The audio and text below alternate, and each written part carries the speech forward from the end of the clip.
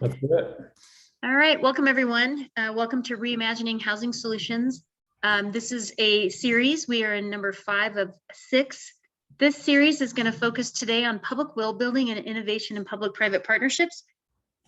My name is Jen Lopez. I'm the president of Project Moxie, a small consulting firm that has had the honor of managing this program for Colorado Health Foundation and our numerous sponsors, which we will acknowledge here in a second. We have a robust agenda as always.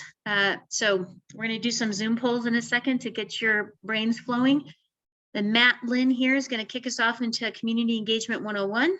After that, we'll hear from Kyle at the Colorado Health Foundation, sharing housing insights from the 2022 Pulse poll, which we think is fascinating. I'm getting a kind of a read from the state on how people are thinking about housing, talking about it.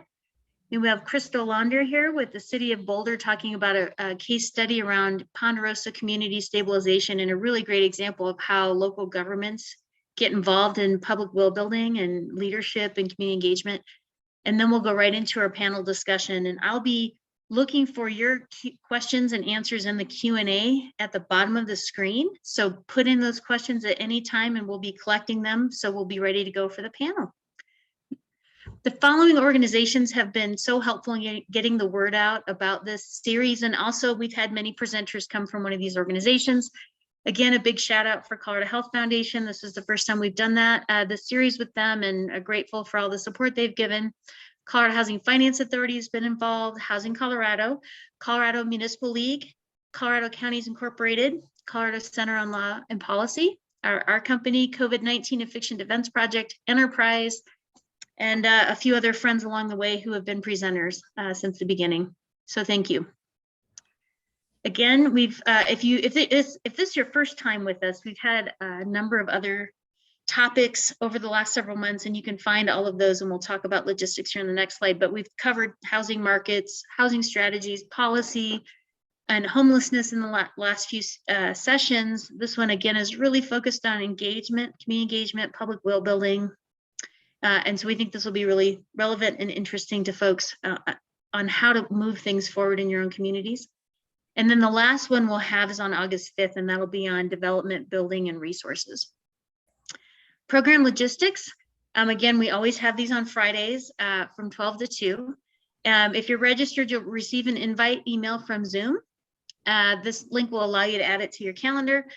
Again, if you've missed any or you're going to miss the last one, the sessions are recorded and posted on the Colorado Health Foundation website. So it's real easy to access those. Again, submit your questions in the Q&A function and we'll be tracking. I think I'll hand it over back to you, Matt.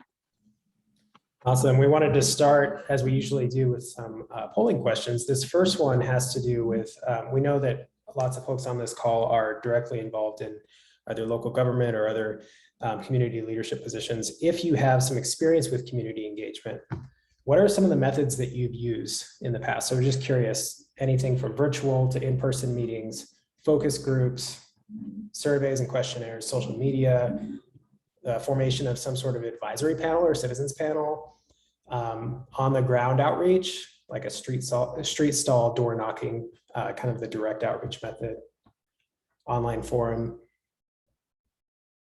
This is not a comprehensive list, but kind of some of the more popular methods.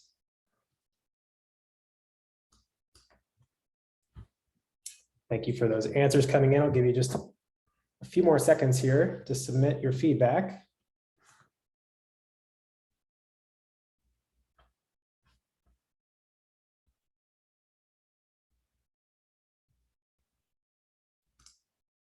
All right.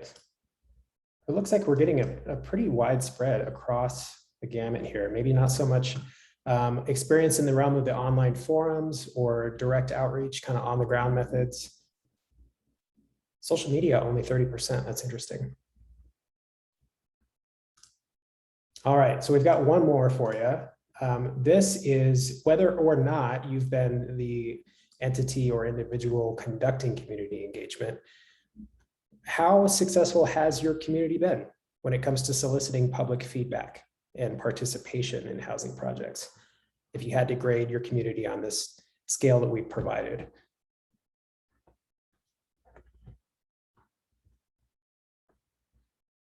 Thank you for those responses. I'll give you a few more seconds to rate your community. This is anonymous, so don't worry about being honest.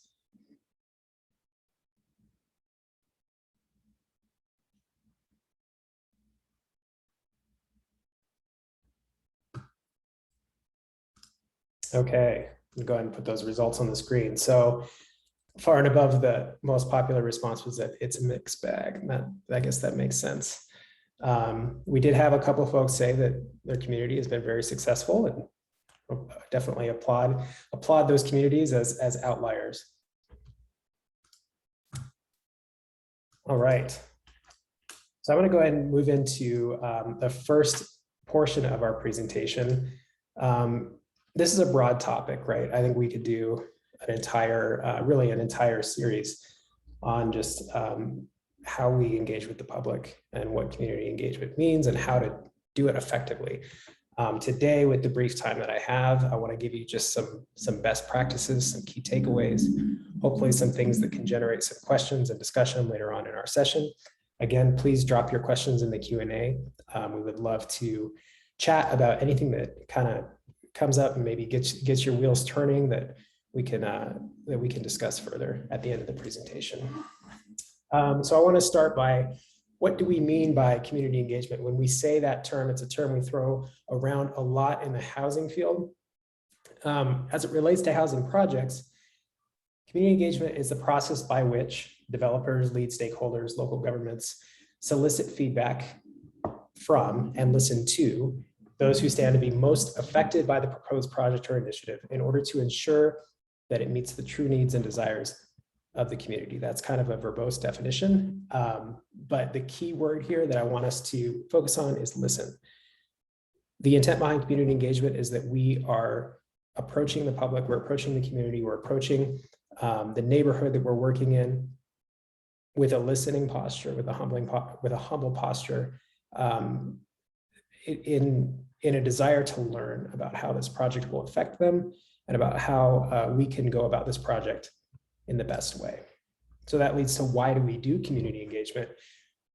Because when it's done right, community engagement, it builds public will, it makes your project stronger in the end, it facilitates equity, and it engenders trust. And counterintuitively, it can also help a project move more quickly, because it decreases the likelihood of derailment or delays that may occur when a project forges ahead with little or no input and then hits some sort of barrier halfway through because the public was not invited to the process. So today I'd like to go over just some general best practices that we've kind of gathered in our work in community engagement across the state, and kind of expand on each of these bullet points in a little bit more detail. So the first is to start early in the process. So the fewer things related to your housing development, your project, your initiative that are set in stone, the more agile you can be as concerns and alternative solutions and perspectives are brought to the table. Engaging the most affected community members from the start will decrease the likelihood that a project will get held up down the road by things like political opposition, community pushback, even in the most extreme cases, litigation or legal action. This really serves as a way to kind of eliminate those barriers before you face them head on.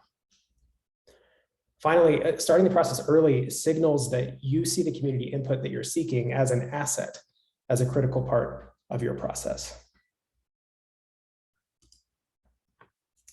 This one, I feel like if there's one thing you take away from these best practices, this is the one that I'd really love to underscore. It's that we engage those who are most affected by the projects we're working on. So when it comes to housing, those who will be most affected by your project and those who have been historically marginalized and excluded from decision-making processes, if we think of that as sort of a Venn diagram, there is significant overlap there. Those are often the same people. And research, we have good data to show that engagement efforts tend to address the needs of older, wider, wealthier residents. The systems that allow for public feedback tend to cater to that audience. Those folks tend to be the folks who kind of have the time and the resources also to engage in these systems. So with that in mind, we want to be intentional about engaging those impacted by discrimination, displacement, and gentrification.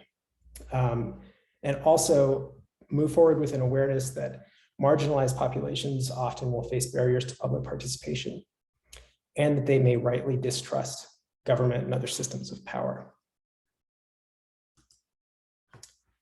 As we are considering how to engage certain communities or populations, we want to consider what organizations or groups on the ground may already have inroads or may already be working alongside those communities, with a couple of important caveats.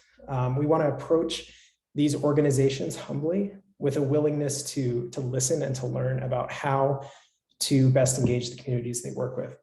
And importantly, we want to bear in mind that many, if not most, nonprofit organizations, right, they're filled with people who are underpaid and overworked, who are in the work because they have big hearts, not because they want to take home big paychecks. So whenever possible, we don't want to place the burden of doing the actual community engagement work onto these folks, unless, of course, we're willing to appropriately compensate them for that work. This is a chart that you will see almost every time this topic of community engagement comes up. This is called the International Association for Public Participation Spectrum. I pulled this from CHAFA's Affordable Housing Developers Guide, but you'll see a lot of different iterations of this same chart across literature as you research this topic. The point here is that we want to clearly communicate how public input will be used when we begin the engagement process. So you can see across this continuum that public participation can have a wide range of goals and intended outcomes. So all the way to the left, we see a scenario in which the goal of community engagement is really this one-way flow of information, right? We want to inform the public, keep them better informed what's happening on a project. We are not necessarily soliciting their input. And then all the way to the right, under empower, we see a process that is really putting the full weight of a final decision into the hands of the public. And most of our housing projects, they're going to fall somewhere in between those two. And it's important to communicate where your engagement effort will land.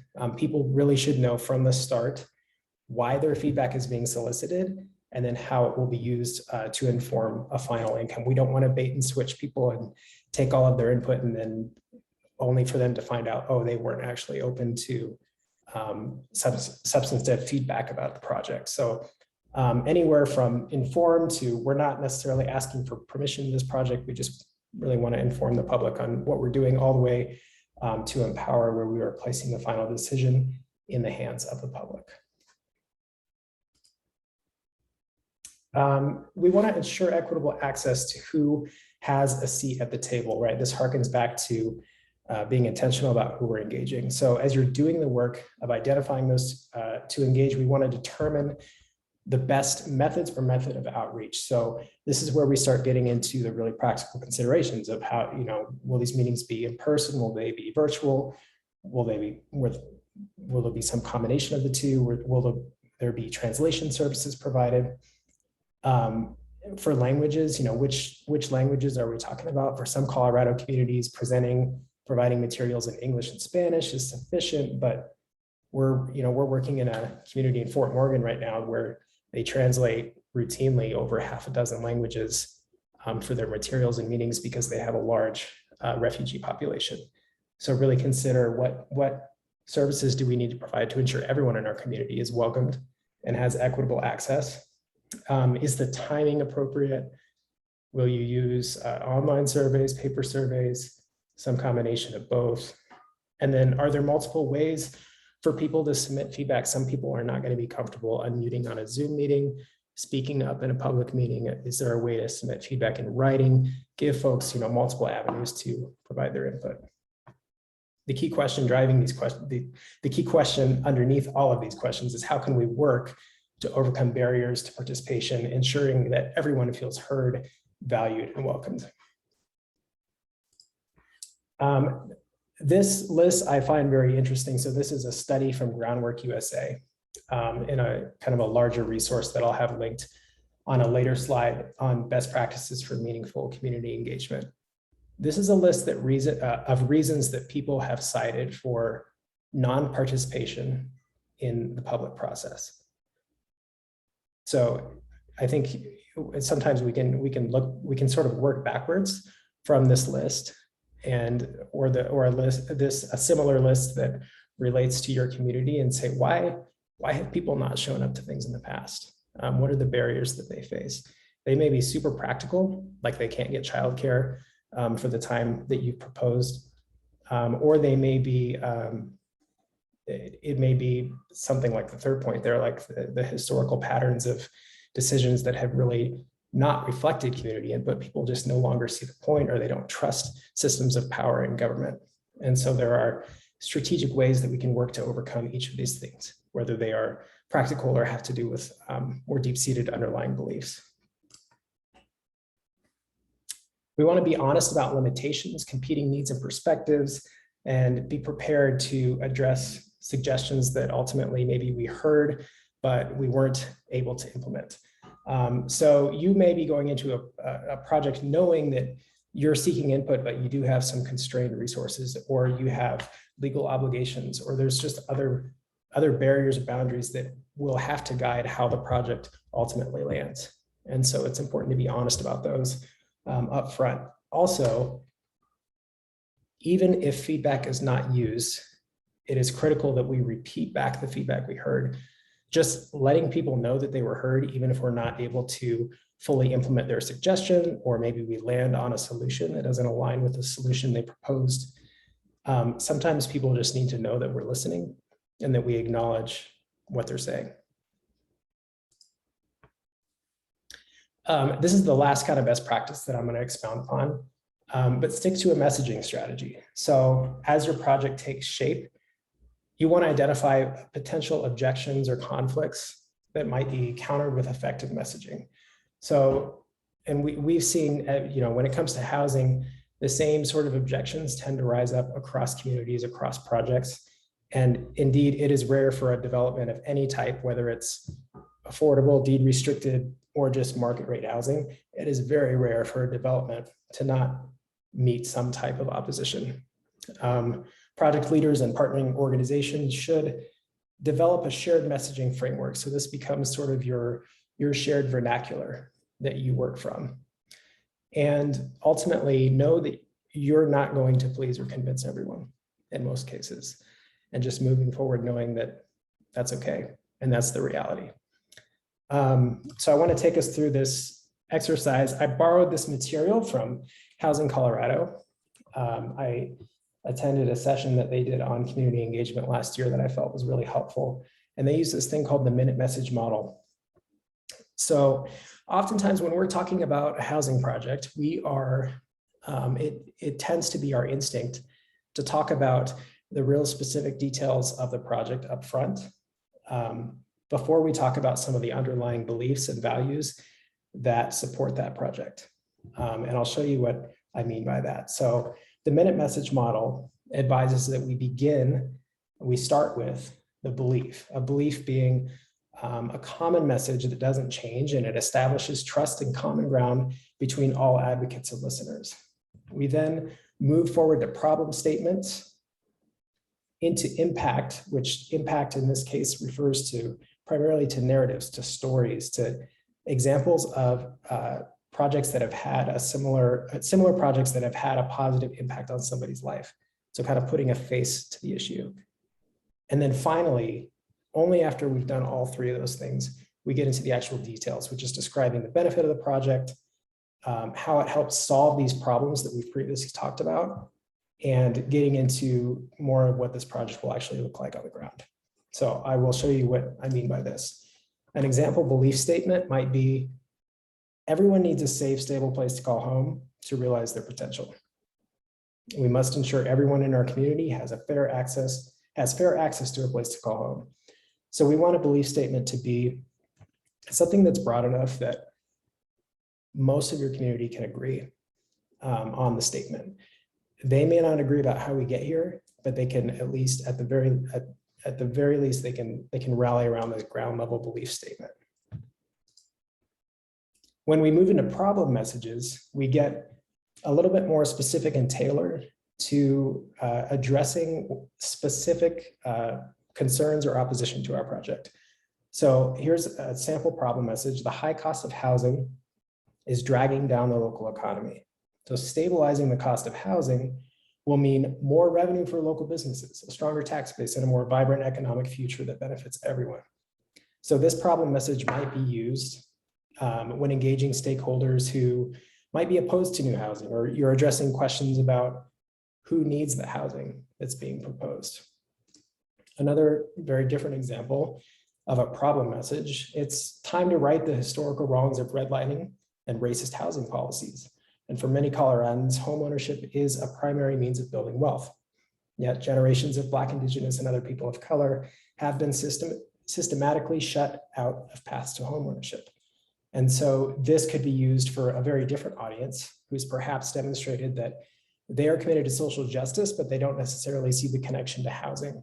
Or they may be committed to ensuring that the project that you're working on will meet the needs of historically marginalized community members. After our problem messages come our impact messages, which are really stories. So here's an example of an individual who was unhoused for 8 years and found a PSH community, a permanent supportive housing community. So after living in this community for 2 years, he's found a group of peers, a sense of stability he never had while living on the streets. He's working on a GED program. He's volunteering with a local nonprofit every week. And finally, we get to our detail message. So this, again, entertaining the hypothetical scenario of a permanent supportive housing community. So permanent supportive housing, like that which is being proposed, will help our most vulnerable community members to access a safe, stable place to live and to realize their potential by providing case management, on-site services, and built-in community to ensure residents have the opportunity to thrive. So here's where you finally get into the details of your proposed project. And oftentimes our instinct is to do this completely in reverse. We want to lay out all the details and then tell people about how the details connect to underlying beliefs or shared community values. And I think this messaging framework does a good job of illustrating why it can actually be very beneficial to kind of flip that on its head and to start with the values, the shared things that we can agree on as a community, and then move forward, tailoring our message very specifically to address problems and opposition, tell stories about how somebody can be impacted by what you're proposing, and then finally address the details of the actual project. One final note is we get this question a lot, and Jen, I may have you speak to this a little bit as well, but how is community engagement work funded? And some examples of where this funding might come from: local government, private foundations, the developer or sponsor may fund it, but oftentimes it's not. It's not funded at all, or it's very underfunded. And I would make the case that we need to be more intentional about adding this to our budget soft costs from the start, because it is critical to whether a project succeeds in the long run, and whether it truly addresses the need of our community. I don't know if you want to add anything there, Jen. Yeah, this has been a hot topic for several years, and it, as you know, we've had Not in My Backyard for a couple decades, but I think we've seen the need for community engagement and the tensions in communities and just the thoughtfulness around a process really become more critical with the rise in homelessness. So it's really been coming out of that space that we've seen local governments start to fund community engagement to try to negotiate best practices to help, mitigate what's happening on the streets and the just significant increase in the unhoused. But we just want to call this out because we also find that when we're talking about this work in community or with developers, we're just trained. If you come from a housing development background, you're trained to you go out, you get the site, you build the housing, you open it, you're done. And it just doesn't work very well anymore. And so we're just getting a lot more thoughtful about where we place housing is as critical as what we build, which is as critical, lots of things. And it's such a dynamic environment right now. So I think it's a really creative time to be thinking about community engagement in housing. And I think for any funders joining us, thank you. If you funded community engagement, please keep doing it. Thanks, Matt. For sure. And I just have one more slide here before we hand it over to Kyle. But wanted to include a slide that has resources and further reading. These will all be hyperlinked in the slides that we upload to the Colorado Health website, but just some of the things that I've found helpful, both from local organizations like Chaffin and Housing Colorado, as well as national ones. Kyle, we're so excited to have you with us today. Please give a thorough introduction of who you are and what you do on the policy team. Thanks. Great, and thank you all for joining us for this series in general and today's webinar specifically. Thank you, Matt and Jen, for setting up the conversation today. I am Kyle Rojas-Legleiter. I'm the Senior Director of Public Policy at the Colorado Health Foundation. We are the state's largest private foundation, and we exist to advance the mission of improving the health of people in Colorado so that we can all say that we have what we need to live healthy lives in every corner of the state of Colorado. We advance that mission through a variety of different ways, through funding the great work of nonprofit organizations doing incredible work in every corner of Colorado, through policy advocacy, through learning and evaluation, and through research and listening and community engagement, which is what I'm here to share with you all today. One of the cornerstones of everything we do at the Colorado Health Foundation is community engagement, and we do that in a variety of different forms. I was glad to see in the poll earlier on the webinar that lots of you are experimenting with different ways of listening to community, building relationships with community, and engaging community. I want to share with you some insights from a couple of tools that we have to listen to community members, to people in Colorado at the Colorado Health Foundation today, and what we're hearing and learning from Coloradans themselves about what's on their minds when it comes to housing and all that, to give you sort of a snapshot of your audience and some of the mindsets, the perspectives, the experiences that may be informing the questions that people ask you, the things that come up when you're doing community engagement in whatever corner of the state that you live in. The first piece of this I'm going to walk you through are some results and some highlights from the Pulse poll, which is an annual poll that we do at the Colorado Health Foundation. Matt, you can click ahead to the next slide. And this is actually the largest poll that's publicly available that's done every year in the state of Colorado. So it's a really rich data set where we interview nearly 3,000 adults across the state of Colorado, and we oversample specifically Black Coloradans, Native American and Indigenous people, Asian Americans and Pacific Islanders, and other population groups that oftentimes aren't reflected in data sets about people's experiences and perspectives here in our state of Colorado. And we also specifically oversample the Pueblo County as well. So when we report the data by geography, we're able to get into a higher level of granularity about the Southern Front Range. And so when I walk you through some of the data of what we heard from this year's poll at the Colorado Health Foundation, I'll give you sort of a flavor of what a sample size as large as 3,000 Coloradans allows us to do. And in short, this is a really great way to have a conversation with lots of different people who may not have a lot in common with each other. This is a way to get us out of our circles of usual suspects, the people that we happen to come into contact with or already be in relationship with, and to really get a cross section of people in our state and ask them similar conversations, similar questions about what they're thinking, what they're experiencing, what's keeping them up at night, where are the issues that are front of mind for them as they think about life here in Colorado this year. And then we're able to break that down and look at patterns in that data too. So by geography, you'll see in some of my forthcoming slides how we are able to sort of report on geographic differences in what we heard or patterns of what we heard, where people might have different experiences or perspectives by geography, but we're also able to do that by income, by race, by whether you're a homeowner or a renter, by disability status, by age, by gender, and lots of other factors as well. So you'll sort of see a snapshot of what we're able to share with folks through this poll. Matt, you can click to the next slide. And one of the things that's really important for us to do as we think about community engagement at the Colorado Health Foundation is to ask open-ended questions. So we, as Matt was saying, approach community with some humility. We don't necessarily assume that we can guess correctly what's on people's minds, what they want to talk about most. The questions that we think to ask are the ones that they want to be asked most specifically and all that. So we begin the poll every year with a really broad, really open-ended question about, in a few words of your own, what is the most important issue facing people in Colorado right now? So we're not leading the witness. We really get to sit back and just think with curiosity about, like, what's the thing that's on the tip of your tongue and all that. And when we asked this question this year in 2022, cost of living and affordable housing were the things that were most frequently mentioned by people in Colorado. Matt, you can click over to the next slide now. This is an annual poll. We're in our third year of doing it now in 2022, which gives us the ability to look at some trends over time. And I highlighted where we've seen cost of housing, affordable housing, and homelessness show up in this open-ended question we've asked people every year.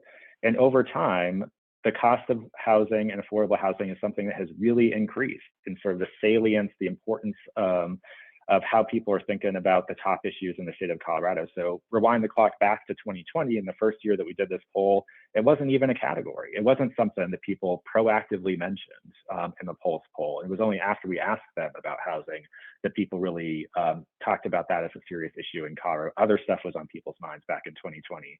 But if you wind the clock forward to today, it's one of the top things that's on people's minds. Similar for homelessness in Colorado. So we've seen a really sharp increase in both of those issues in terms of how prominent they are and what people are thinking about when they think about the challenges in Colorado. Next slide, please.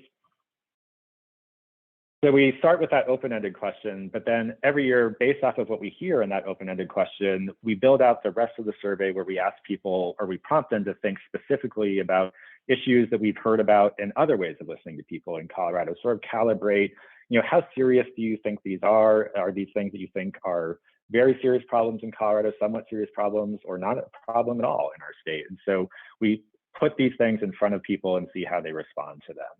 And so these are the things that we asked about this year proactively, and the things that were at the top of the pile. So the things that people most frequently mention as being either extremely or very serious problems were the rising cost of living and the cost of housing, with nearly 9 out of 10 people in Colorado agreeing that those are really important problems for the state of Colorado. As you scan down this list, and Matt, you can click over to the next slide now, you'll get a sense of the other topics that we do ask about on Pulse as well. So it's not just a survey or a poll about housing and housing challenges. We ask about healthcare, hunger, mental health, and substance use issues, and lots of other things we've heard over time that people are thinking about in Colorado. I'm just focusing on the housing data today, but if you're curious about the other topics we asked about, I'll show you in a moment where you can get to that other information from the Pulse poll, but I'm going to continue on with what we heard about the housing stuff this year. So Matt, click over to the next one.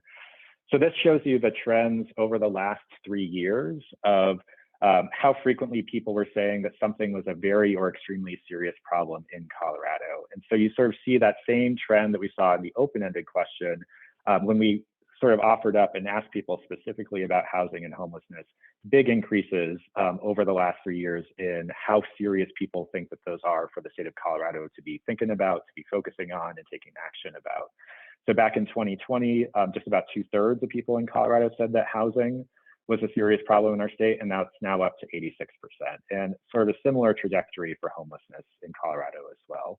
Matt, you can click to the next one. As I mentioned, with a sample size of almost 3,000 people, we're able to look at the data and lots of different sort of breakdowns and to look at whether or not there are patterns of difference or similarity across our state. One of the ways that we can do that is by geography. And one of the things that jumps out at me when I look at the geographic breakdown of how people answer this question is it's actually remarkably similar across the regions of Colorado. In every place in Colorado, more than 2/3 of adults are saying that the cost of housing and homelessness are really serious problems in their community and for the state of Colorado. So we do see some regional variation, but actually it's a fairly high number for everywhere in that state of Colorado. Next slide, please. We also have the ability to look at this data by race and ethnicity, including races and ethnicities that oftentimes aren't reported in quantitative data sets like this when people describe the population of the state of Colorado. So we're able to look at the experiences and the perspectives of Native Americans in Colorado, Black Coloradans, Asian Americans and Pacific Islanders, and Hispanic and Latino Coloradans as well. And we see a pretty high degree of consistency across race and ethnicity in sort of level of agreement that housing and homelessness are serious problems in Colorado. Next slide, please, Matt. And actually, this is something that we're not seeing a ton of variation on by income level either. So even the most affluent Coloradans, folks earning over $100,000 a year, are saying now that housing, the cost of housing, is a really important issue for Colorado.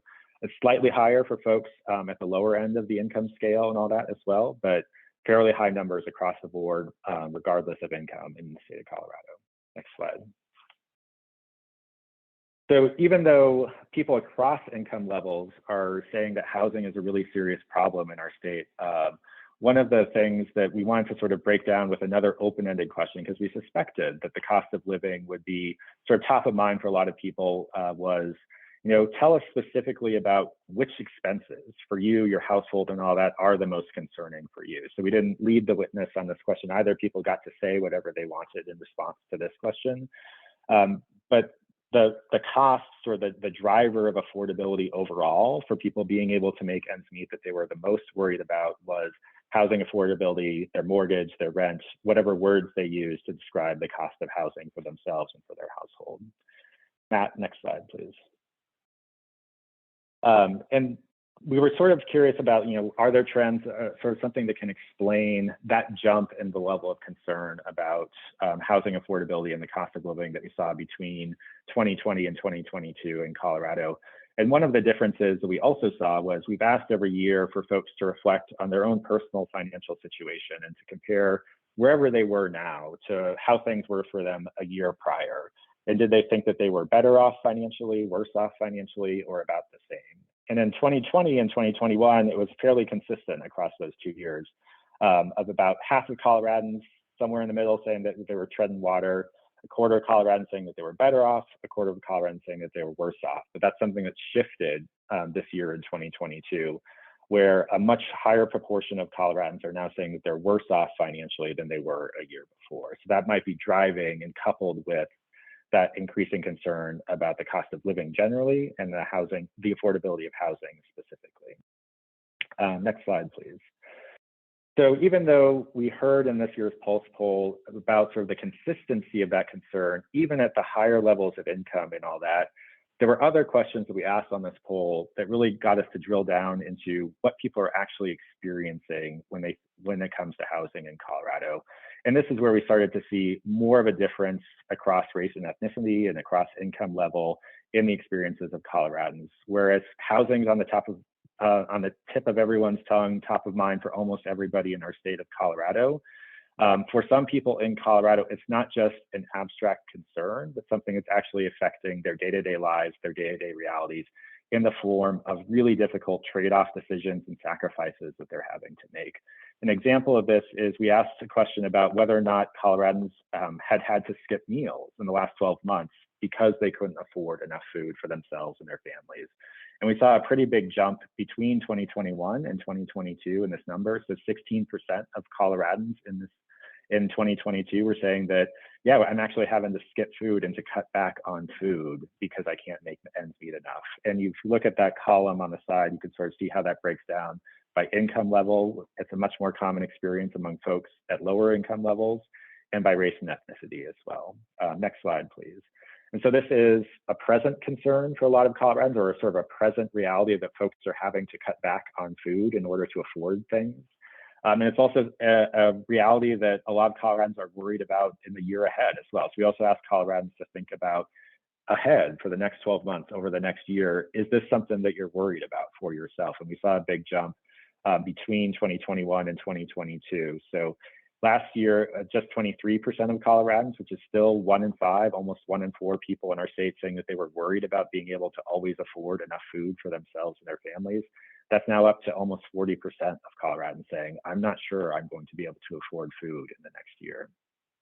Next slide, please.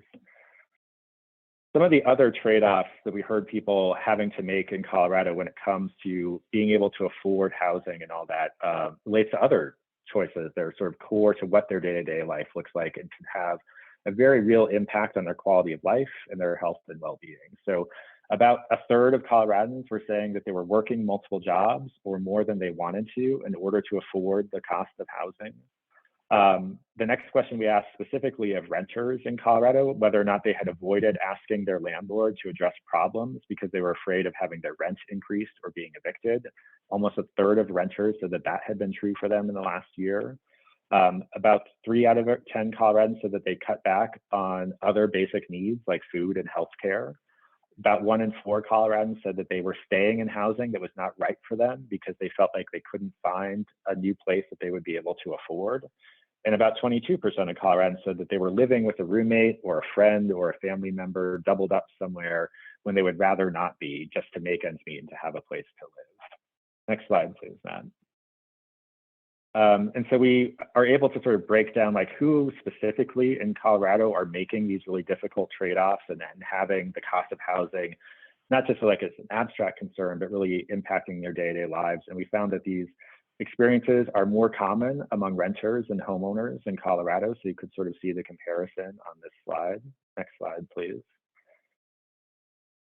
And not surprisingly, potentially, this is a much more common sort of experience of having to make these really difficult trade-offs among lower income people in Colorado. So the folks living on the lowest income in our communities are the ones who are most likely to have these difficult experiences.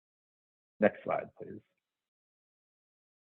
And we saw these being more common among certain racial and ethnic groups as well. And we're able to sort of look at those patterns in the data too.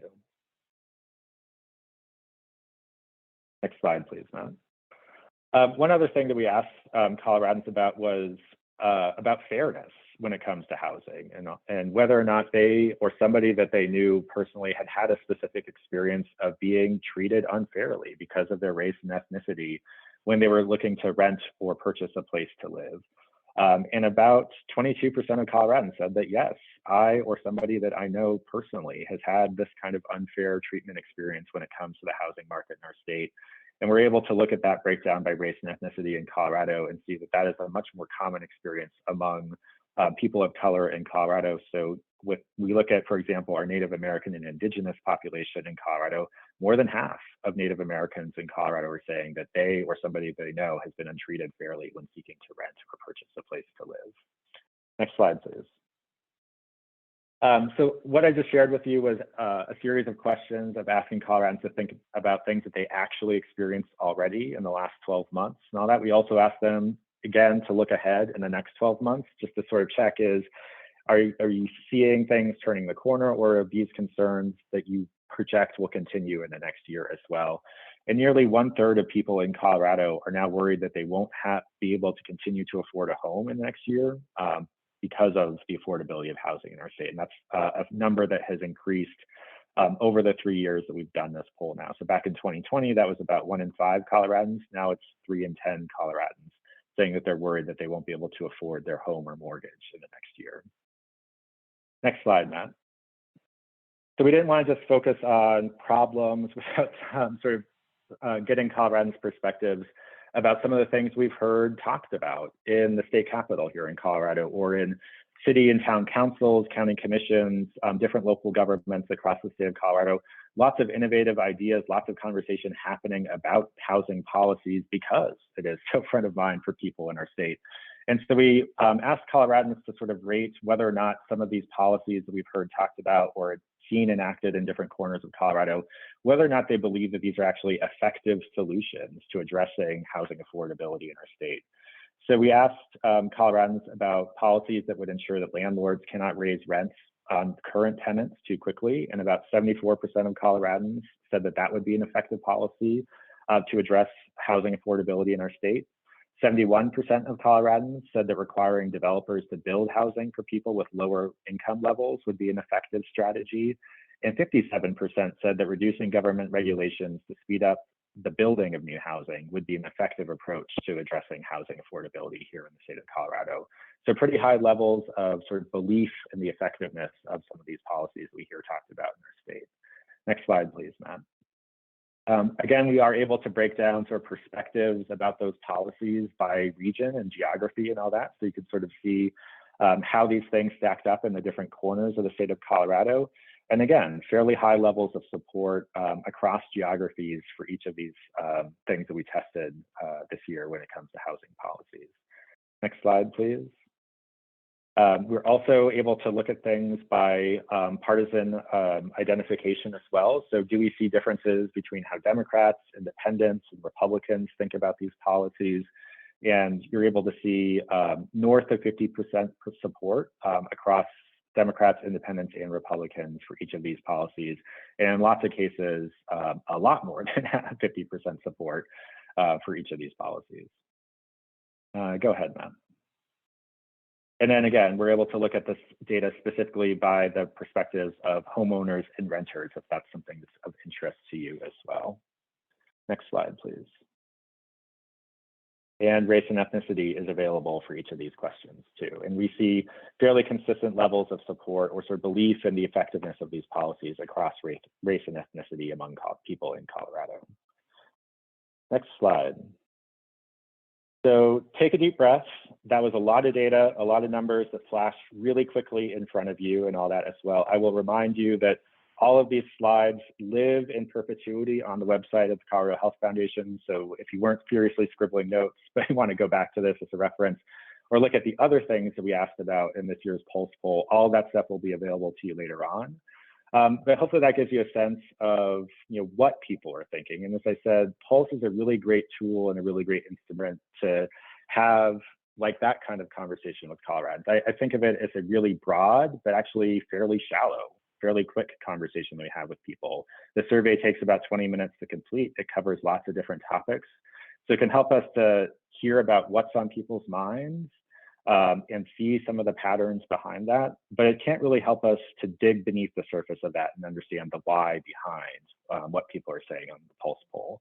So we also invest in lots of other types of listening and research at the Colorado Health Foundation that are deeper in nature, more qualitative, more extensive conversations with folks. So this takes the form of focus groups, panels, deeper conversations and all that. And so I want to share with you just a snippet of what we're learning in real time from some ongoing research that we're doing that is deeper and more qualitative in nature to really give you a sense of what's behind some of those numbers that we heard. Because one of the other things that struck me in what Matt was presenting earlier is sort of this reflection that pretty much every specific housing project or housing policy that's talked about on the ground at the local level encounters some kind of challenge or some kind of opposition or skepticism along the way. So that can feel a little bit incongruous.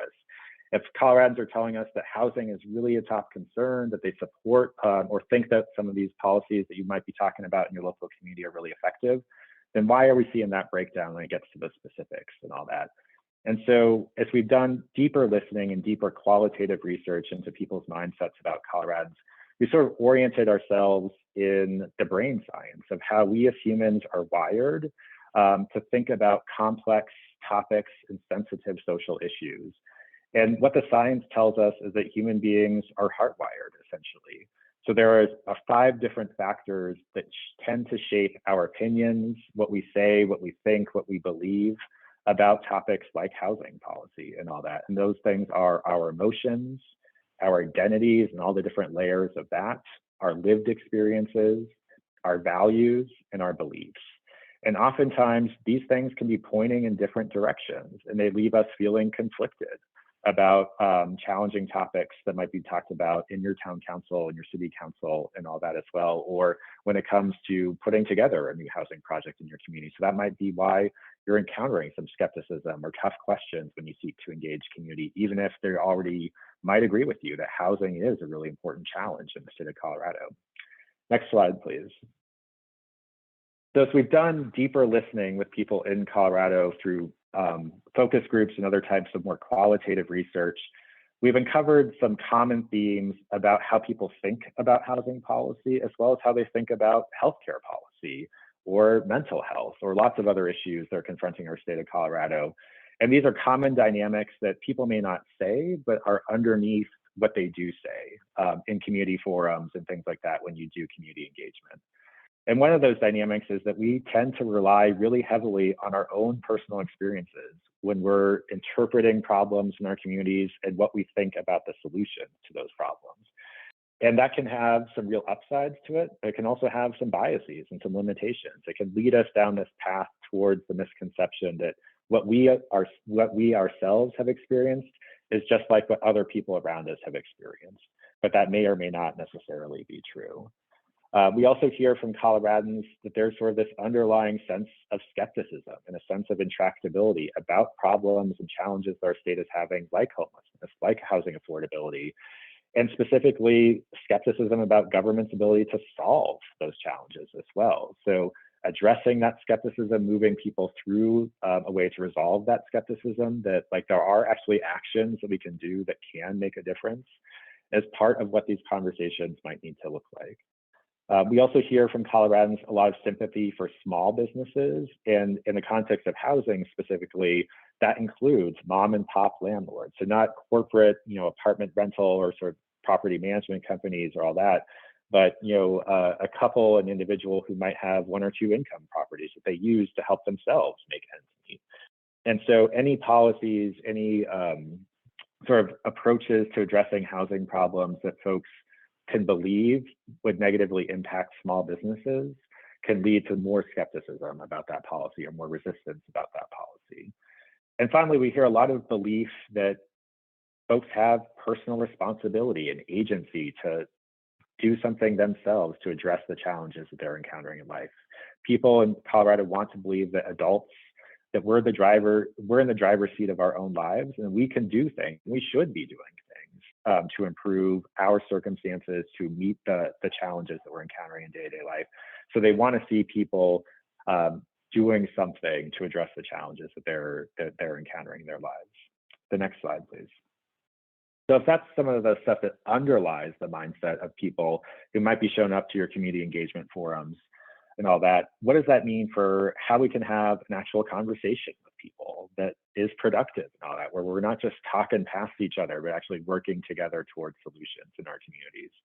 One of the first things that may sound fairly simple and fairly obvious is avoid insider language. And when I say insider language in this sense, I'm talking about the jargon of folks who think about housing professionally all day, every day, right? And maybe you're cringing to yourself when you think about things that have come out of your own mouth, right? Like AMI and all that.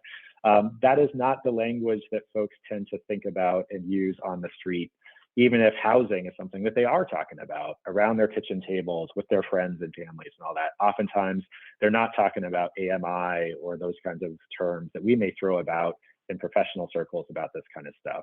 But because housing is such a present concern and such an emotional issue for so many people in the state, if you approach them with technical language, data, jargon, those kinds of things that feels different from how they think about it, how they hear and how they describe the stuff on the street, it can make it seem like you don't understand the emotional resonance of this issue for them.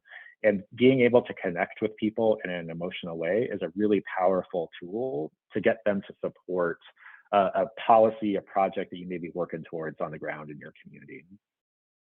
One of the next recommendations that we have for folks is talk about problems, but talk about solutions in the same breath as well.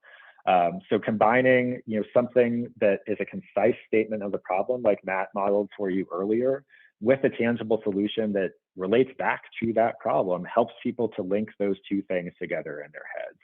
And what we heard from the Pulse poll is you don't need to do a lot of work to convince people that affordable housing and housing costs are a problem in Colorado. But maybe the challenge here is to link whatever specific thing you may be advancing in your community as a solution to what they're feeling with that problem, and to talk about those two things together. And oftentimes we can shorthand this, just skip, dwell on one and not get to the other, or skip ahead from the problem and just talk straight about the solution. But it's really important to link those two things together for your audience. The next recommendation is that stories are really powerful, and specifically stories about real people in Colorado. Stories are how we understand the world around us, how we understand our own experiences and make meaning out of that as well. So being able to talk not just in terms of numbers and data and those kinds of things all the time, but to drop in the story of a real person, which you saw Matt do when he was talking about Paul, who would overcome homelessness and all that. That can be a really powerful way to engage people in these conversations.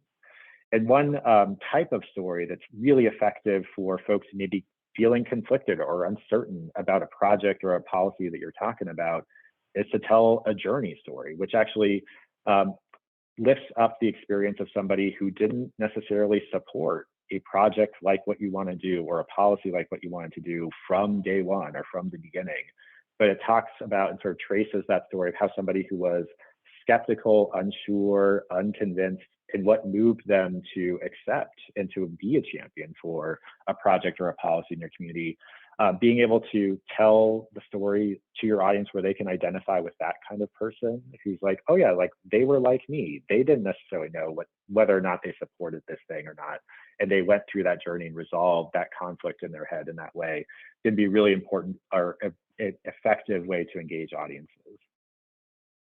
And then the last one is when you're talking about how policies or projects that you're working towards in your community will affect the community around them, and who specifically will be most impacted by that project or those policies. It's really important to describe those people, not just in terms of their needs or deficit kinds of frames, but in a contribution frame. So talking about, the folks who will benefit from a policy or a housing development or something like that in terms of the contributions that they make to their community.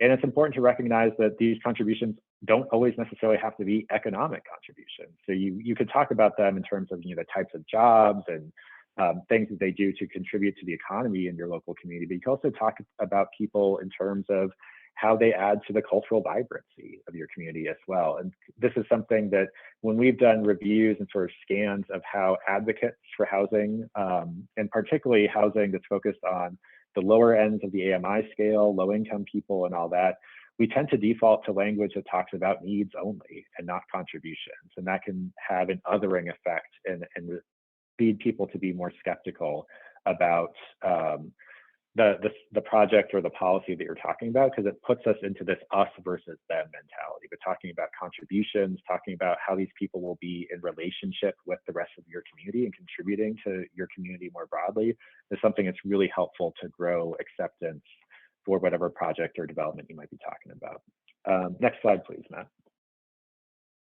That was a lot of information, some of which is relatively easy for me to share with you, so that the data, the numbers from the Pulse poll. But if you're interested in sort of like that deeper story about what we're learning through that listening, through focus groups and other stuff that's leading us towards more effective, more persuasive ways to talk about housing policies and all that, we're happy to share that with you in other shapes or forms as well.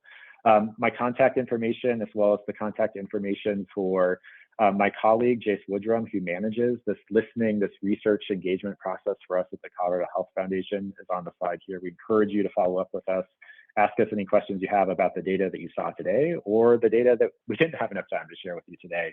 And then the website for the Pulse poll is up there as well. All of the data from the poll is available there. It's 100% transparent. And available to you to slice and dice and zoom in on the topics, the populations, the corners of the state that are the greatest interest to you. So thank you, appreciate it. Wow, that was amazing. I really, really enjoyed that. I learned a lot and I have lots of questions, but my biggest question is for our participants. Do you have questions? If you have questions, please put it in the Q&A chat so we can have a robust conversation here in about 20 minutes.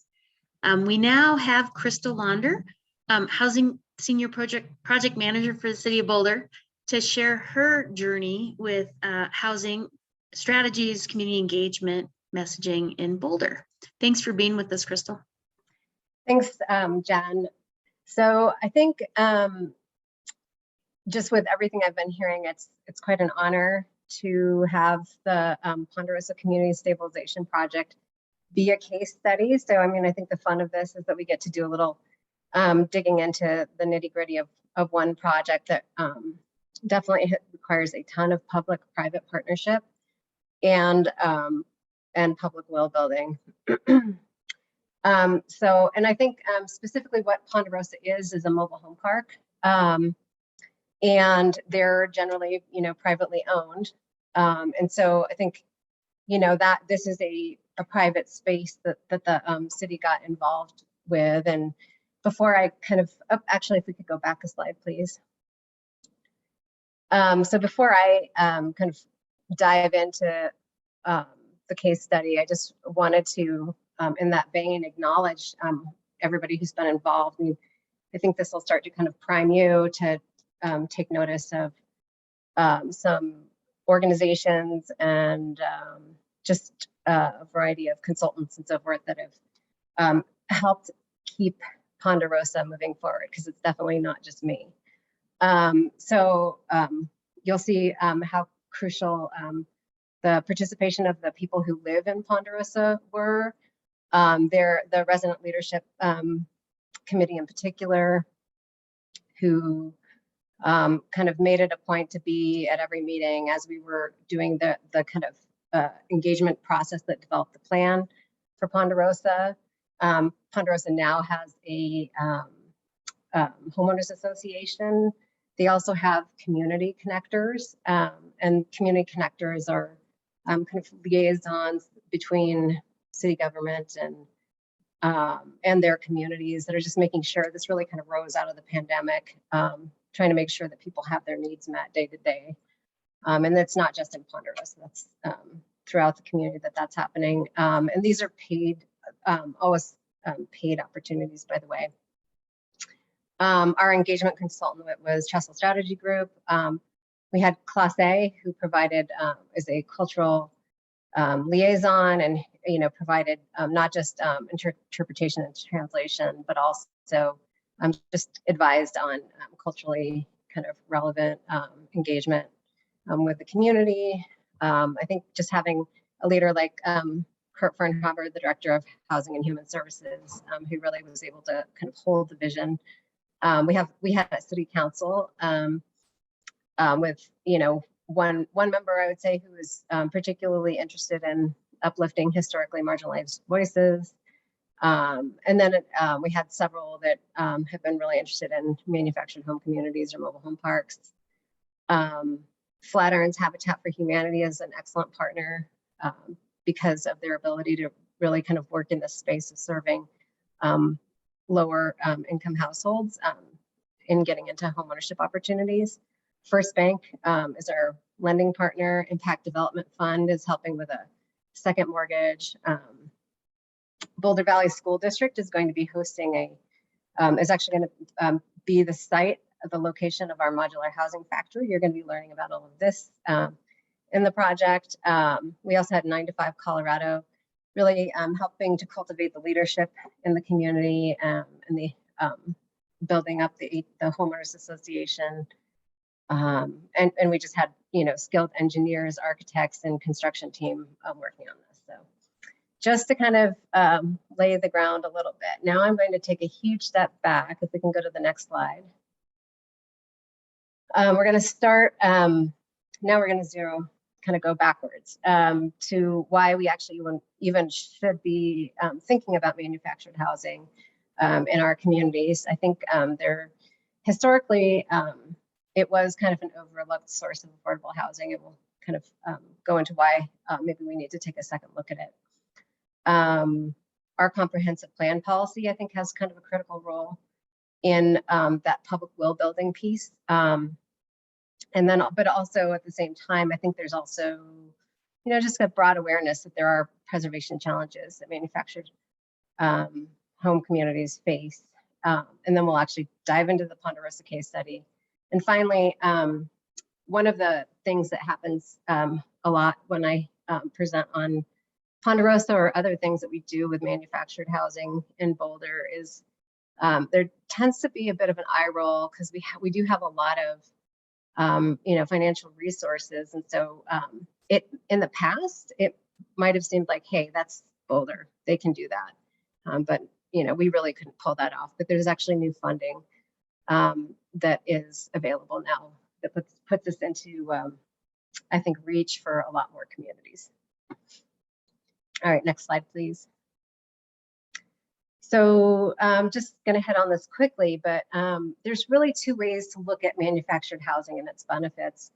In terms of the community, I think throughout the state of Colorado, manufactured housing or mobile home parks really offer one of the only opportunities for low to moderate income households to become homeowners and stabilize. It's certainly in our community, I think you'll find everywhere it's a workforce housing opportunity. I don't have it listed here, but it also can be a place for somebody to age in place. Actually, it's on the other side, but it does allow the members of the community to remain in the community and have like a single level living option. And we'll go a little bit deeper into the fact that it's a pocket of diversity often in communities. So as that we do face these challenges with the housing becoming more and more unaffordable, these continue to kind of serve a more diverse population.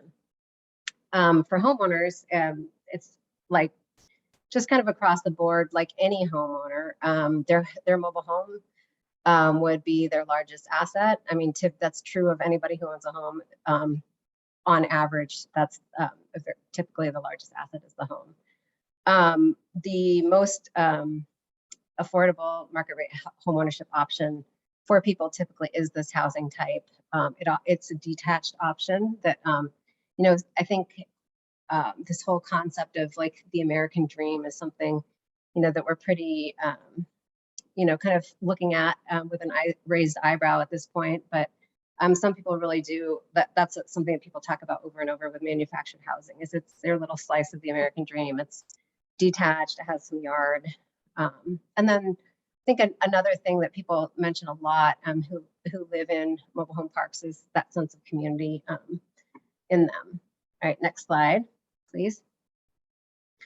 So manufactured home communities are pockets of diversity. The Weldon Cooper Center has a race dot map, and I think it just like perfectly illustrates in Boulder how a lot of at least our ethnic diversity is focused into these manufactured home communities. You just can see that the dot that represents Hispanic really tends to be focused where the manufactured home communities are. Next slide, please. We actually, to try to tell the story a little bit more of how these communities are special in Boulder relative to the broader population, we worked with the Boulder Affordable Housing Research Initiative, and they went into all of the communities and got significant level surveys that really kind of show that our manufactured home communities relative to what's happening in Boulder as a whole really specialize in providing owner occupancy, in providing housing for children or families with children, housing for people over age 60, Latino households, Social Security, people who receive Social Security income, and those with incomes below 40,000 annually. Next slide, please. And this is just a quick summary of the comprehensive plan policy. It's actually under the Boulder Valley Comprehensive Plan. So it's a city and county policy. And, there's a commitment in it to preserve existing communities, develop new manufactured home communities. We won't even kind of talk about that because it's pretty complicated in this context, but increase resident ownership of communities, reduce or eliminate health and safety issues, and rehouse displaced households. Next slide.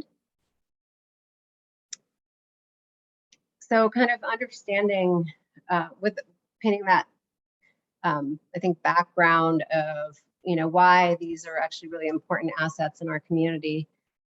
There's also a lot of challenges. And when I list these challenges, this is actually kind of nationally, I would say that this is all true, but this is kind of the segue into the Ponderosa story.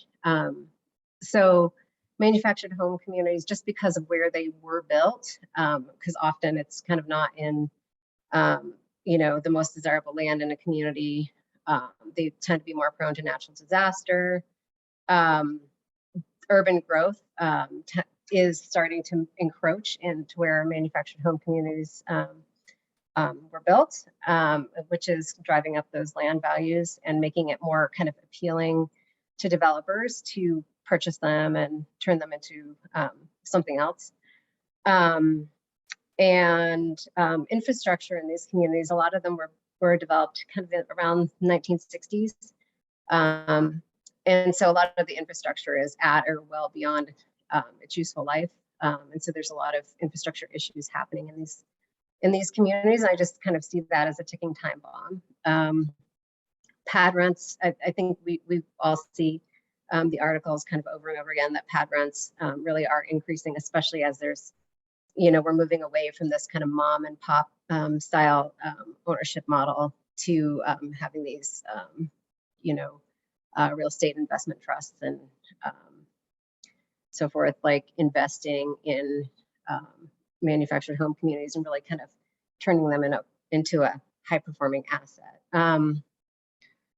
There's also challenges that homeowners face in replacing their own homes. I won't go into all the details of that, but just generally, how do you get rid of the existing home, and there's a transition time where things need to get hooked up.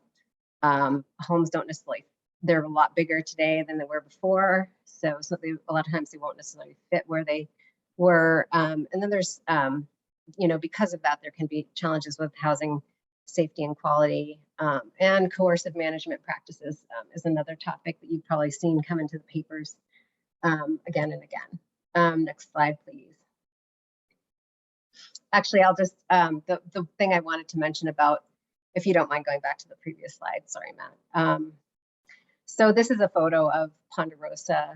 In 2013, there was the flood here in Colorado that really hit hard in Boulder. There were 18 inches of rain that fell in a very short period of time. And we just don't have the right kind of soils to accommodate all that water. And so we actually did have shallow sheet flow flooding from 4 Mile Canyon Creek. It overtopped and flowed into Ponderosa, but the bigger issue actually was really from the rainfall. And the soils just remained saturated for months. And what ended up happening with Ponderosa is that the pipes started shifting, and these are chronically under-maintained pipes. And then in 2014, we had the community owner of Ponderosa at the time, the private owner, come into the city and say, hey, we want to look at replacing these pipes. All right, next slide. So this is just a context slide here, just to kind of show how really things have grown up around Ponderosa over time. And it's really been in place. This community has been there for a long, long time. Next slide.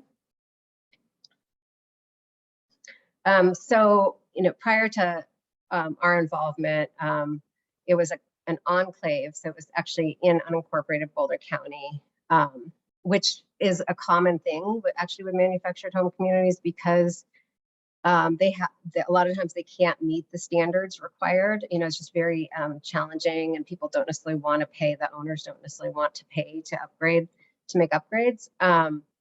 So they tend to stay in unincorporated areas if they're already there. It's hard to bring them in. Ponderosa was established kind of more as a trailer, like an RV or trailer park back in the mid-1950s, kind of in that GI period when there wasn't enough housing. By the late 1970s, there was water contamination in that North Boulder area that actually didn't just impact Ponderosa. It was really that whole area.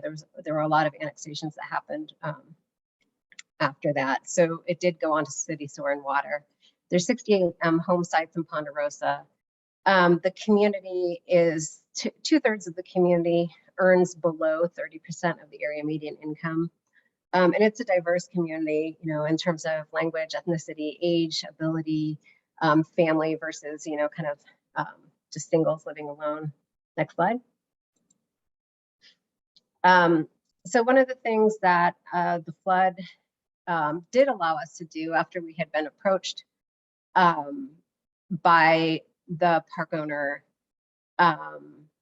was then pursue a resilience planning grant.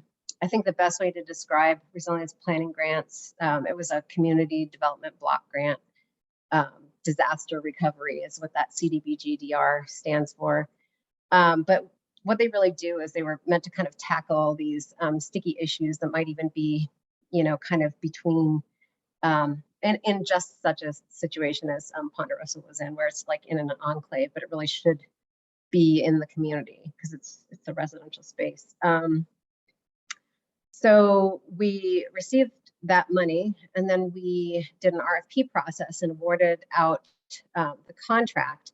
And our partner Trestle really kind of pushed back against the model that was proposed under the RFP, and said, hey, we really want to get the community's vision, their hopes and their dreams. And so a lot of their efforts really just focused on that, and then also getting kind of more of a common understanding of the technical terms, like what it means to annex, for example. There was also just that kind of very functional piece of doing that infrastructure cost estimate. Next slide, please. So in 2016, they presented to council, and there's 11 goals and drivers that you'll see on the and where it says criteria. That's what kind of emerged, and that was input, from the community, from the park owners, from council, and from staff. And I think there was a hope that they could bring some of the federal recovery money in to keep it private, but it ultimately the park owners that wasn't going to work for them. So when the study closed, council directed staff to continue to work on it. So one of the things, there were kind of 3 ideas that had emerged. One was, let's just not do anything, but let's leave the community alone. We'll just leave things as they are. Another option that had been raised was, why don't we just, kind of relocate everybody and build kind of a more traditional low-income housing tax credit project here. That's probably the kind of swiftest way to manage it. And then the other option was that kind of came out of the engagement process was to allow for some small replacement housing. And I think this does a nice job of kind of showing how it really was the most aligned with what had been put out as the goals and drivers, was to pursue that small homes option. And next slide. And so a lot of what I'm going to do from here is really talk about minimizing displacement. I'm just trying to find the time here. I don't want to go too long. And minimizing displacement just really became the major driver, I would say, for this whole project. And it's insofar as there was actually a commitment by council through this resolution that minimizing resident displacement was a goal. Next slide. And so on August 1st of 2017, the city purchased Ponderosa. We had met with residents and kind of actually gotten their input on hiring a consultant, and we closed on August 1st of 2017 using some of that federal disaster recovery funding. And we retained a lot of those goals around minimize displacement, preserving long-term affordability. These should all look familiar from that list of 11 goals and drivers. Replace outdated infrastructure, reduce flood risk, introduce new energy efficient, affordable housing options, and annex into the city. Next slide. So first, in terms of minimizing displacement, there has been a lot of engagement directly with the community. There were, throughout the process of developing the plan, there were 22 resident leadership committee meetings. 2 community connectors have been serving that community, and these are also, those 2 top bullets are they are compensated. They're not just kind of asked to do this and without being compensated. City staff, we held like 10 Q&A sessions, where we just show up at the park and just meet with the community, and they'd ask questions. And we held 10 community workshops that kind of walked through all the decision-making points on the project. And we had, I don't know if we could say every single community member, but many of them we met with, and many we've met with more than once on a one-on-one basis. We used resident guides. We had a resident guide, newsletters. We posted like sandwich boards. We, texting is probably at this point, what we lean on the most to be the least invasive. We tried to back off and allow, now that the planning phase is over, and really give people some space to live their lives, and especially with construction underway. And we have a website dedicated to the community. Next slide. So physically, one of the things that that the project, kind of through that planning project, what we did, I think there's two big pieces. One is in phase one, we're really focused on using those existing streets. So we're not kind of introducing new streets that are going to take, or other new amenities that would remove housing.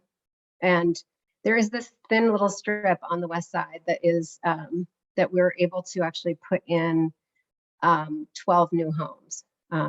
So we're starting construction over there, and that really will allow for new housing to come in, people who are interested in that housing to go there, and then we'll go, I think the next couple slides will go into that a little bit more.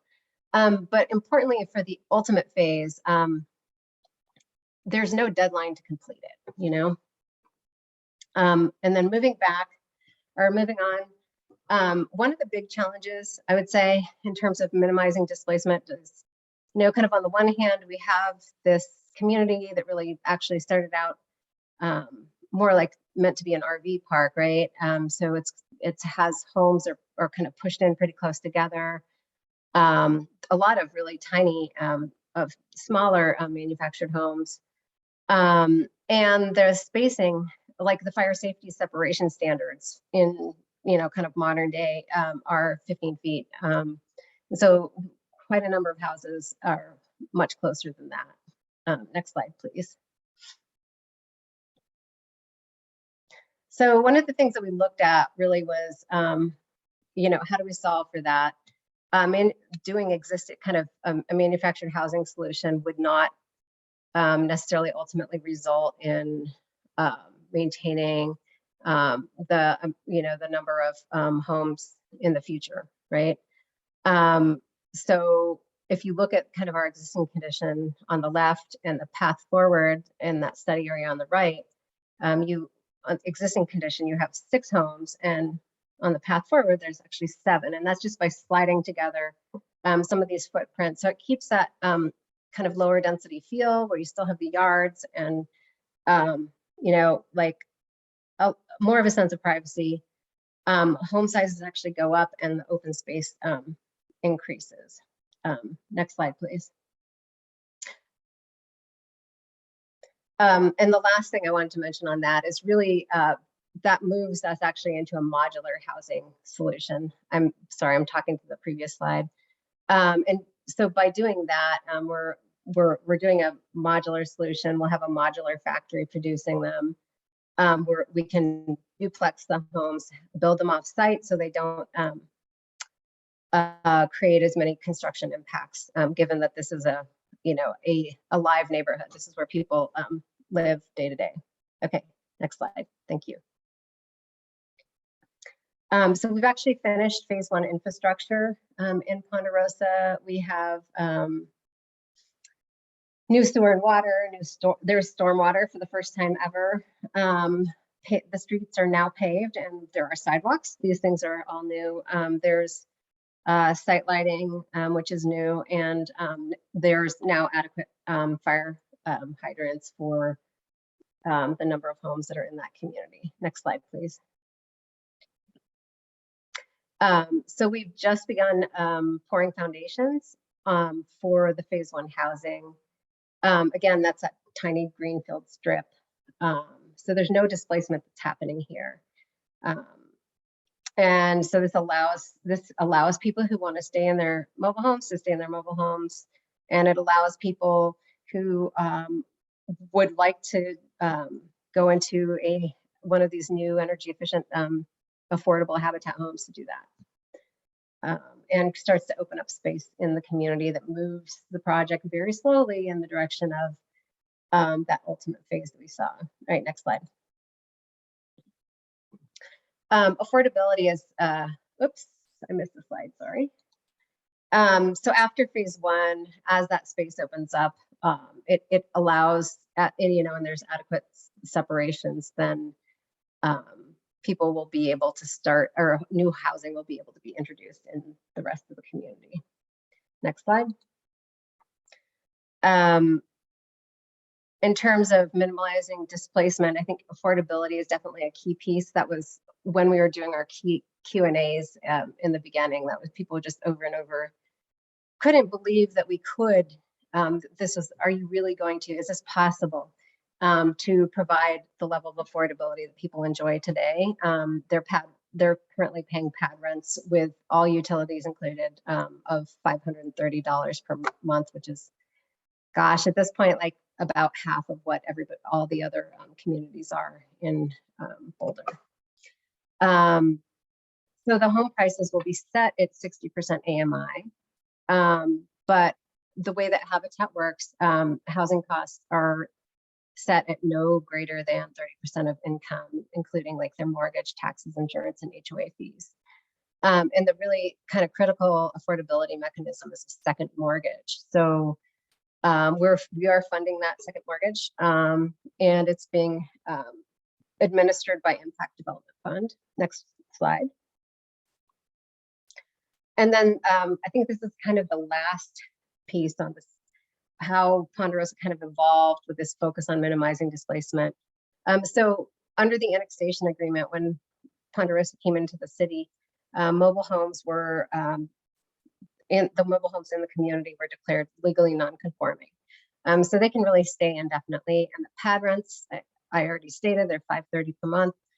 Currently, we've kept them at that level during construction because we recognize that we're creating a pretty significant impact. When that's over, we're going to start doing increases, but we'll always keep them kind of at our homeownership affordability level, which is, you know, the lesser of the area median income or the consumer price index, but it can't increase more than 3% annually, 3.5. And last slide. So Ponderosa, as I kind of alluded to earlier, we got $4.2 million for community development block grant funding. We have a local sweet and beverage tax, and that helped pay for our water costs. We had pad rent revenue or property income that helps to pay for the project. And then we also kind of have, you know, what some people call like an affordable housing trust fund. Essentially, we have sales tax, impact fees, inclusionary housing, and other things like that that allow us to kind of do more. And that's the reason that people tend to roll their eyes when they hear about what we can do in Boulder, right? Because we do have all these sources of taxes that not every community has. And I think importantly, as of this year, there's now a mobile home park resident empowerment loan and grant program. It's 3.5 million is what it's starting at. It is both revolving loans and grants, and that can really help. It's meant to really promote resident ownership of mobile home parks, and it helps with organizing community purchase, capital improvements, pad rent stabilizing, legal services, doing, you know, the physical assessments of the condition of the park and so forth. So sorry it took so long. Thank you. Crystal, I mean, these projects are juicy and they're complicated and they're so completely relevant right now. I mean, I doubt there's any communities on that aren't talking about mobile home park issues. So thank you for sharing this level of detail. And again, I want to reiterate 35 million, right? So in a lot of ways, we should be grateful to Boulder and other communities that have started to create models that we can follow, because now there's going to be funding. So thanks to our panelists, we're going to shift right into a discussion. We've gotten a few questions, and so I'm just going to go through the questions that we've gotten so far and then encourage folks to continue to put questions in the chat, and we'll keep rolling. Kyle, I think you answered this question, but maybe we'll have you put a little more emphasis on it. But we have some neuro-inclusive housing advocates with us today, and they're really amazing advocates. So if you could talk to a little bit more about how you have segmented people with disabilities and how you're collecting data, I think that would be great. Thanks for that question, and thanks for the discussion about this. I was really excited to see it come in the chat and didn't want to, you know, not do it service by just a quick chat response to it. So thanks for lifting up these issues. So I mentioned in my quick response in the chat, we do ask a question about disability on the poll. So we're able to report the responses for all of the questions of the poll, looking at disabled folks and non-disabled folks. I think what the important point that folks are lifting up in the chat here is the disabled community is not monolithic, nor is any other group that we're able to segment the poll by too. So if you think about, for example, renters are not all the same either, right? So every year we do change up the methodology of the poll, the questions we ask on the poll and all that. And the upside is, like, we're doing this every year too. And that's one of the ways that we've been evolving the poll over time, is to improve our ability to get more granular and more specific about people who have really different types of lived experiences and identities and all that as well. And so I was actually chatting, based on your responses to the polling team that we have here at the Colorado Health Foundation, about how we could ask about disability in more granular ways in the future to get to more of those nuances. Because unfortunately, in this year's data, we just have that one sort of broad question about disability that we use, that we're then able to sort of filter the responses there. But I will say that both with the questions about housing and cost of living, as well as lots of stuff about mental health and well-being, healthcare access, food security, lots of other experiences or sort of issues that were on people's minds, disability status was one of the things that actually was a really big driver of difference in the data of the poll that we heard back in the poll.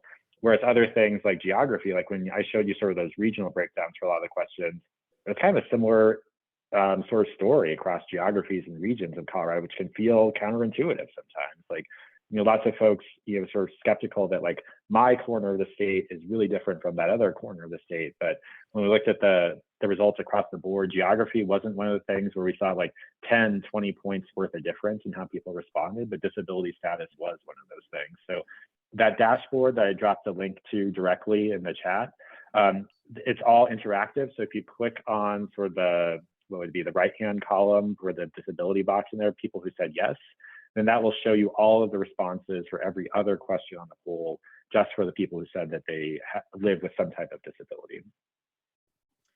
The other thing we might do, I just discovered, because I've had the pleasure of talking to some of the advocates in between sessions, Kyle, is CHAFA just did a neuro-inclusive like housing study, and I just skimmed it while we were in session. And so Matt, I'll make sure you have it as maybe a follow-up. We can send it out, but I thought it framed the need and the solutions really, really well. So at least we're starting to put a little bit of technical focus on this question. We have a few questions for Crystal, so I'm going to kind of block questions together. So Crystal, two questions about your presentation and model. First one is, are lenders now supporting the purchase or refinance of manufactured housing? We'll start with that one.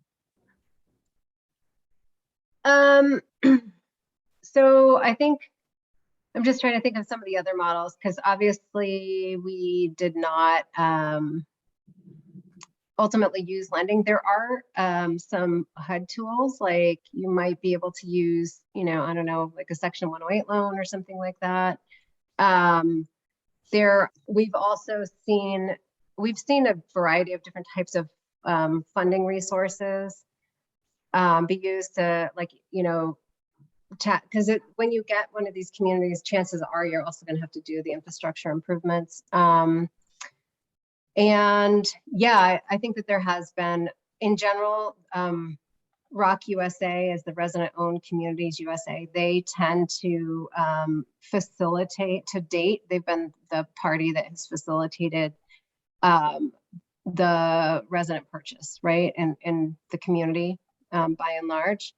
I think there are some communities that don't fit that model. And so I think that's part of why it's so important to have this $35 million that just showed up for the Resident Empowerment Loan and Grant Program. I think some of what that does, a lot of times, you know, when they say when ROC runs their pro forma, you know, it's showing that rents need to get raised, right? Mm-hmm. And then all of a sudden, and without that additional funding, that resource. And so even though, you know, it's a great way to stabilize your community, suddenly your rents are going up. And if you're on a fixed income, that can be very problematic. So this will allow to kind of plug the hole. That funding is going to be really helpful. ROC is a big partner. I I don't want to implicate any other, I know I've seen other funders step up, and I just can't think of which Crystal, one. I can help you. I can help you with this. So we're doing 2 parks down here in Durango, and I think Lisa's on from the Homes Fund. So Shirley, nice to see you in the chat. Lisa has a product for mobile homes, and so you might want to reach out to her. I think Impact Development is also going to be leading the alternative models. So I'm excited to see how they can help sort of support the gaps and creation of some of these tools. But you're right, Crystal, we're solving 2 things, right? It's always, well, 3. It's cost of land, cost of infrastructure, cost of the home. So it is a lot trickier, but again, appreciate you all just figuring it out. The second question for you, I think, is the importance of zoning to protect mobile home parks. Yeah, sure. So, I mean, I think in general, that's considered the most important tool that municipalities have to stabilize communities. I think the other tools that should be looked at as pretty important as well are, I think, policy. I don't think it's a good idea to do zoning without policy, because you can change zoning if there's not a policy saying that zoning is important.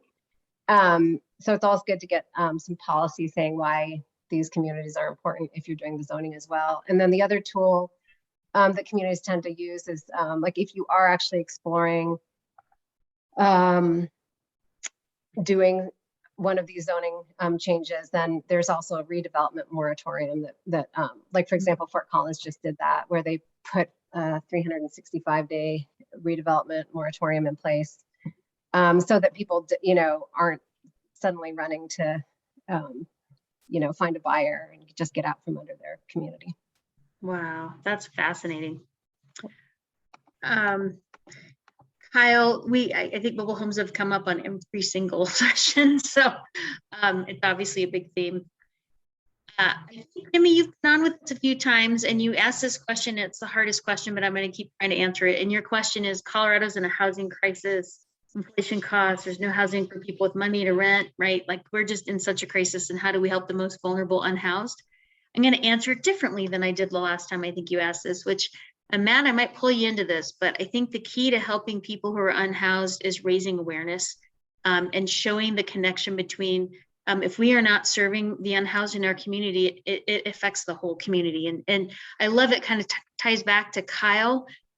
We've had these conversations for years across the state, and helping people understand what folks who are just experiencing, who are unhoused, it's a tenure, it's not it has nothing to do with them other than they do not have housing, what they can do and how they give back, right, once they're housed, and how they're part of our community and part of our fabric, such a huge part. And it all ties back to advocacy. So we're just constantly advocating at the local, state, and federal levels for the resources we need for an increase in this issue. So it's an advocacy thing, Jimmy. Sorry, it's not easy. I don't know, Matt, if you want to add anything to it in terms of the work you're doing down here in Durango.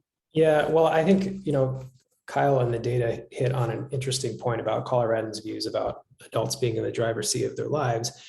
We see, every unhoused person has their own story, right? Every unhoused person has their own journey to living on the street or living in their car, wherever they're laying their head every night. But we have to realize the role of, on some level, every person you encounter on the street has experienced trauma, and trauma effectively takes you out of that driver's seat. It limits your ability to be in the driver's seat of your own life. It just does. And so there are things that we can do, provisions we can make, services we can provide to help people get back to stability. But it's countering that narrative that, like, oh, they just want to do drugs and receive handouts all day. Mm-hmm. And we find that really, that is a pervasive belief that spans partisan divides. It is something that a narrative that we really have to counter in every community we go into. And so it's advocacy. And also I would add to, in response to Jimmy's question, we have solutions that are solutions like permanent supportive housing that are specifically tailored to this population, that even as we're addressing a housing crisis that's affecting everybody at all income levels across the state, we have solutions and federal resources and programs that we can use to specifically help this population. So we have covered the questions in the chat. I just want to ask Kyle something. That was fascinating. So, I've looked at the Pulse poll on and off for years. My question to you is, it's always so juicy. You get such good information. How do you guys share it? And how do you sort of give us advice on using that data to further the conversation around the need for housing?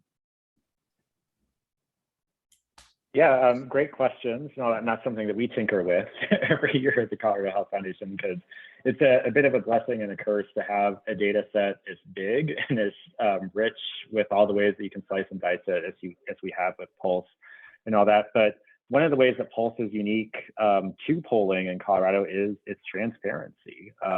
Most other polling that's done in the state is done in service of like an issue campaign for a ballot measure, or a bill in the legislature, or for a candidate running for office or something like that. And those campaigns that invest in polling hold that stuff really tight to the vest, because it might expose some vulnerabilities or some ways where their messaging and all that might be sort of susceptible to attack from people who might be opposing them and all that as well. So it's pretty rare to have a poll as big as Pulse, but then also as transparent as Pulse as well.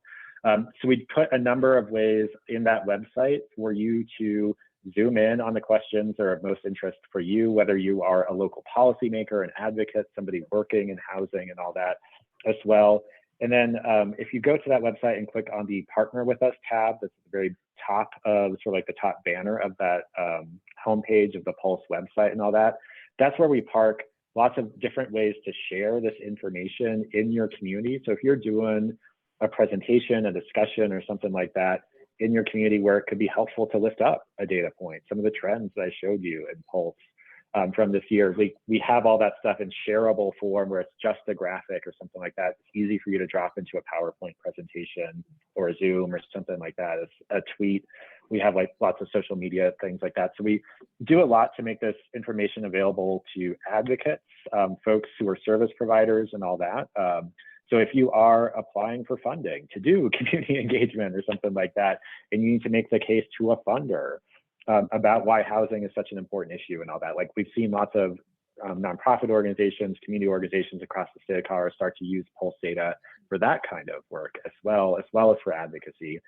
And then one of our core, or two of our core audiences for Pulse that we spend a lot of time proactively getting this information in front of is the media in Colorado. So we do a variety of print, radio, television, different types of media to sort of inform press reporting about these stories and all that. And we've heard from press in Colorado, way back in the day when media was more robust and all that, we had press organizations in our state that had the resources to do polling themselves. That's no longer the case.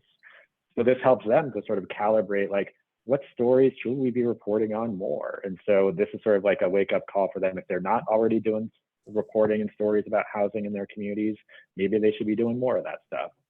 And then the other sort of core audience that we have is policymakers in the state. So we do briefings, discussions with folks who work in state level policy. So people who serve in the legislature, the gubernatorial administration, our federal delegation who serves Colorado and DC, as well as local policymakers, which we're really happy to have this forum of local policy folks who are engaged in housing and all that to drill down on there. But we are available and happy to do deeper dives, deeper discussions about what you saw today or other aspects of the poll. So if you would like a presentation about Pulse in your community or a discussion about something like that, don't be shy about reaching out to us. We're always happy to do those kinds of conversations or to help you to zoom in.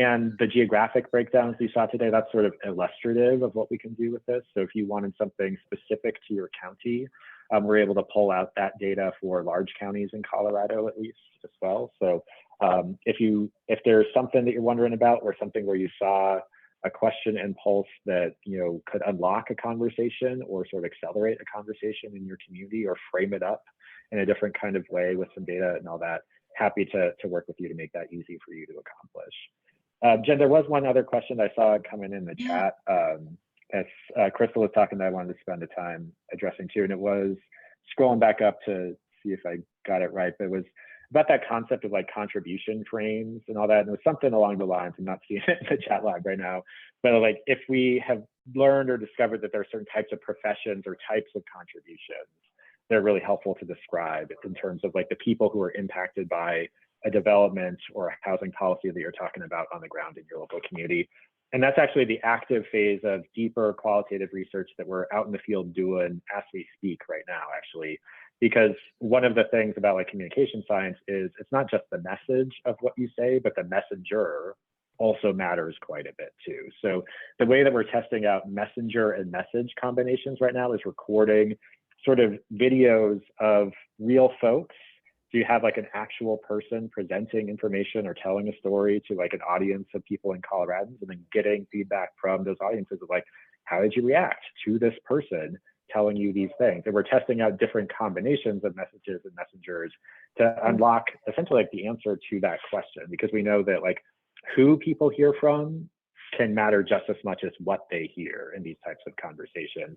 And the through line that we've learned in our research, not just about housing, but about other sort of sensitive issues like vaccination and other stuff like that, is who tells the story is really important.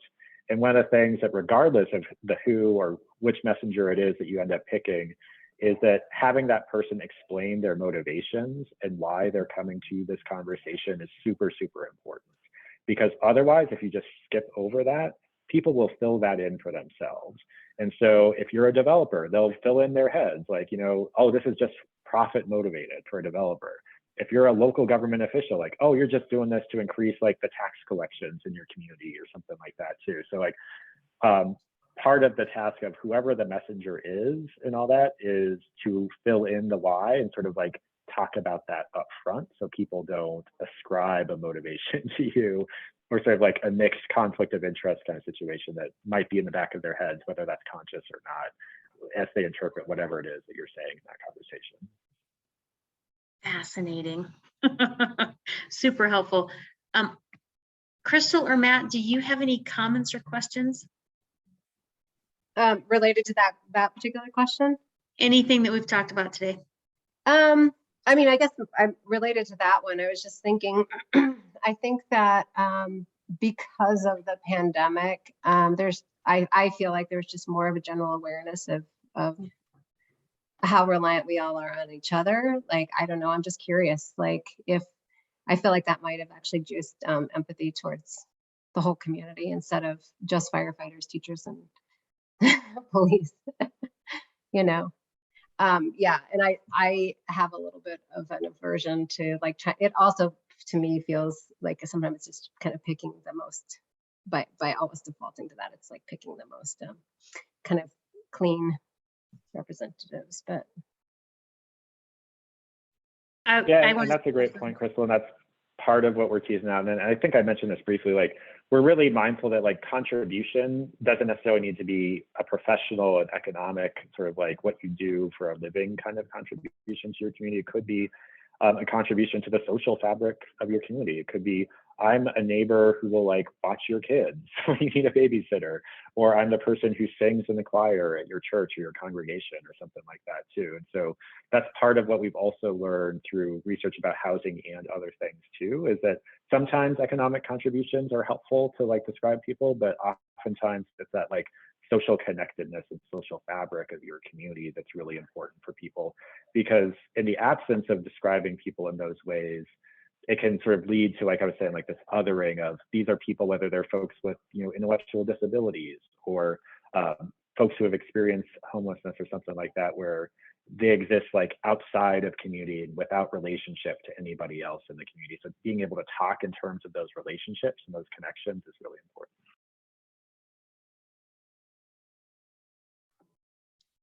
You got anything, Matt? Any additions? No, I don't think so. This was really, really interesting to hear from both of you today, and really appreciate you taking the time to join us. And thanks as well to everybody who joined us this afternoon to participate live. Yeah, this was fascinating. We have our last session. I think it's August 8th, Matt.